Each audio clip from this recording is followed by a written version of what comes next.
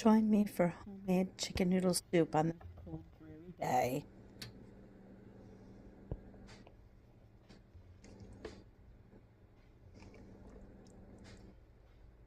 Chicken, chicken stock. I did boil down the carcass. You don't have to do that. You can use chicken stock in the can or in the carton.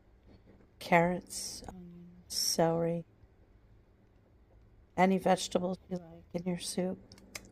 You boil it down till everything is soft. I have potatoes in mine as well, and onions, celery. And then I will put what's left on the carcass into the soup. So, bon appetit, guys.